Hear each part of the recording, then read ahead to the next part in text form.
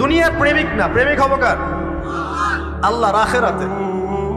কতটুকু দাম আছে দুনিয়ার? আল্লাহ পাক বলছেন একটা মাছির পাখার সমানও না। একটা মাছির পাখার কি দাম আছে আপনার কাছে? আল্লাহ পাক বলছেন পুরো দুনিয়ার দাম আমার কাছে যদি একটা মাছির পাখার সমান হতো, তাহলে এই দুনিয়াতে কোনো কাফের মুশরিক পানি পান করতে পারত। তার মানে এই দুনিয়াতে যা করো করো, আমার তো কোনো দামই নাই দুনিয়ার। কালকেই তো আমি দুনিয়া ধ্বংস করবো। আর ওই যে দুই জাতির কথা বললাম, জিন এবং মানব জাতি, আপনারা সূরা আর রহমান পড়বেন।